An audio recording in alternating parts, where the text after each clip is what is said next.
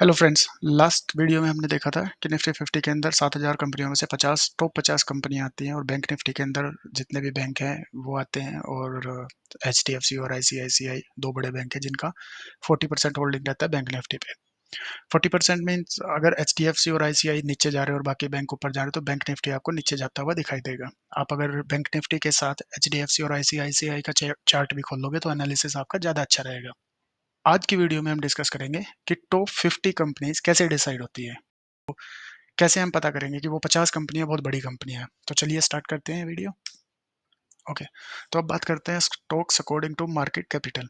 तीन तरीके की हमारी कंपनीज होती हैं। जैसे अब बात करें तो पहला आ जाएगा लार्ज कैप स्टॉक्स या कंपनी, मिड कैप और स्मॉल कैप। अब ये होते क्या हैं? अब हम इसको या सेबी या कोई भी गवर्निंग अथॉरिटी कैसे डिसाइड करती है किसी कंपनी को कि वो लार्ज कैप में फॉल करेगी या मिड कैप में आएगी या स्मॉल कैप में आएगी। अब हम ये जानते हैं आगे। लार्ज कैप के बारे में पहले बात करते हैं। हम ऐसा मानते हैं कि एक कंपनी है जिसकी टोटल वैल्यू 100 करोड़ है। अब हम कैसे डिसाइड करेंगे किसी कंपनी की वैल्यू 100 करोड़ है?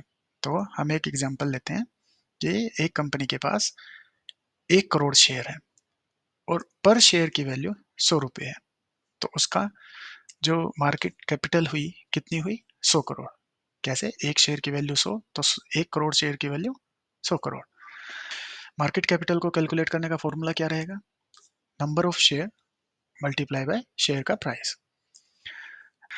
लार्ज कैप स्टॉक या कंपनी के अंदर वो कंपनी या स्टॉक्स आएंगे जिस कंपनी की total market capital 2 lakh crore से ज्यादा है। अब ये कैसे पता लगेगा कि हम कैसे कैलकुलेट करेंगे कि वो कंपनी लार्ज कैपिटल में आएगी या नहीं आएगी? फॉर्मूला मैंने आपको यहाँ बता दिया, share price multiply by number of share. अब क्वेश्चन ये आता है नंबर ऑफ शेयर कैसे पता लगेगा कि किसी कंपनी के पास कितने नंबर ऑफ शेयर है। एक एग्जांपल ले लेते हैं, टीसीएस के पास कितने नंबर ऑफ शेयर है। उसके लिए आपको उसकी बैलेंस शीट पढ़नी पड़ेगी। बैलेंस शीट में मेंशन होता है क्योंकि शेयर मार्केट का जो धंधा है, जो व्यापार है, बहुत ही साफ सफाई का होता है, ईमानदारी का है। वहां पे जो कंपनी कर रही है वो लिस्ट जरूर करेगी, बैलेंस शीट में जरूर आएगा। ठीक है। सो नंबर ऑफ शेयर आपका निकल जाएगा बैलेंस शीट से।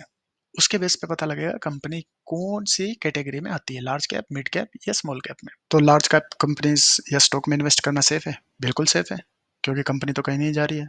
अगर आप लॉन्ग टाइम लेके चलोगे अपना गोल तो आपको जरूर बेनिफिट होगा, प्रॉफिट होगा। नेक्स्ट है हमारा mid cap companies. Mid cap companies mid cap company वो कंपनियां हैं जिनका टोटल मार्केट कैपिटल 20,000 करोड़ से 2 लाख करोड़ तक होता है। आज के टाइम पे एग्जांपल लें तो एयू बैंक मिड कैप में फॉल करेगा। क्यों? क्योंकि इसका कैपिटल कम है। बहुत ज़्यादा सिटीज़ में अभी तक ये ग्रो नहीं किया है अगर कंपेयर करें एचडीएफसी से। एचडीएफसी आपको हर सिटी में 2 3 4 5 ब्रांच मिल जाएगी, लेकिन एयू का अभी इतना बिजनेस ग्रो नहीं हुआ है। फ्यूचर में ये ग्रो कर सकती है और ये करेगी। तो एक एग्जांपल पे अगर देखें तो AU is a mid cap and HDFC is a large cap. क्या इसमें इन्वेस्ट करना रिस्की है? यस, बट बहुत कम, क्योंकि ये अपने दूसरी सिटीज में ब्रांचेस खोलेगा और इसका बिजनेस ग्रो हो रहा है। तो मिड कैप में रिस्क होता है, ज्यादा नहीं, थोड़ा होता है, लेकिन ये फास्ट ग्रो करते हैं। लार्ज कैप से ज्यादा फास्ट और स्मॉल से कम। अब नेक्स्ट है हमारा स्मॉल कैप कंपनीज। ये वो कंपनी है जिनकी मार्केट कैपिटल होती है 5,000 करोड़ से कम। ये बहुत रिस्की होती है। रिस्की क्यों? क्योंकि एक तो साइज में स्मॉल होंगी, ऑब्वियसली कैपिटल भी कम है तो स्टाफ भी कम होगा, बिजनेस भी कम होगा, यूनिट भी कम होगी, मशीनरी भी कम होगी सम केसेस।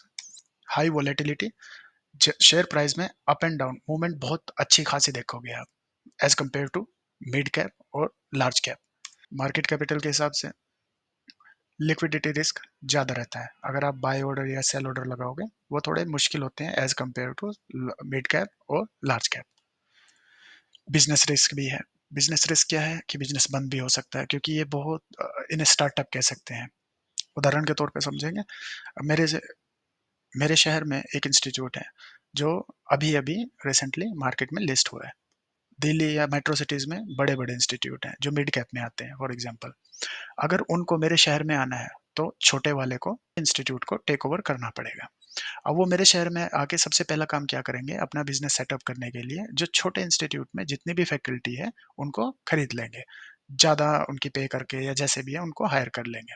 जैसे ही वहाँ से सारा जैसे ही छोटे इंस्टीट्यूट से सारा स्टाफ निकला, वो इंस्टीट्यूट रिस्क में है, क्योंकि स्टूडेंट तो वेट नहीं करने वाले। स्टूडेंट छोटे वाले से बड़े वाले में चले जाएँगे, क्योंकि जब स्टाफ ही नहीं है तो स्टूडेंट बैठ के क्या करेगा? और इतनी देर का टाइम और इतना टाइम छोटे इंस्टीट्यूट के पास नहीं होगा कि वो दोबारा से फैकल्टी को हायर करे, ट्रेन करे और उनको स्टूडेंट्स के लिए अवेलेबल कराए। इतनी देर में उसका स्टॉक भी काफ़ी तेज़ी से नीचे जाएगा। तो ये रिस्क उसमें होता है। कोई भी बड़ी कंपनी छोटी कंपनी को ओवरटेक कर सकती है। रिस्की है, लेकिन इनके पास ग्रोथ का पोटेंशियल बहुत ज़्यादा होता है, क्योंकि ये छोटी होती है और इनका बिज़नेस प्लान अच्छे होते हैं। तो ये रिटर्न बहुत अच्छी देंगे। ये था स्मॉल कैप के बारे में। Thanks friends. मिलते हैं अगली नई वीडियो में।